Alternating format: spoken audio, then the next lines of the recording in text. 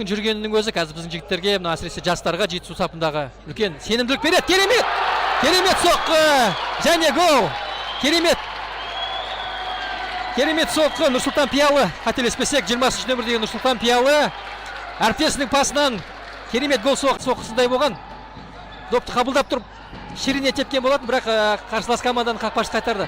Қазір доп Болат Сарбасовта. Мынау енді керемет соққы! Және есеп 2-0! Керемет! Жетісу Талдықорғандағы жастар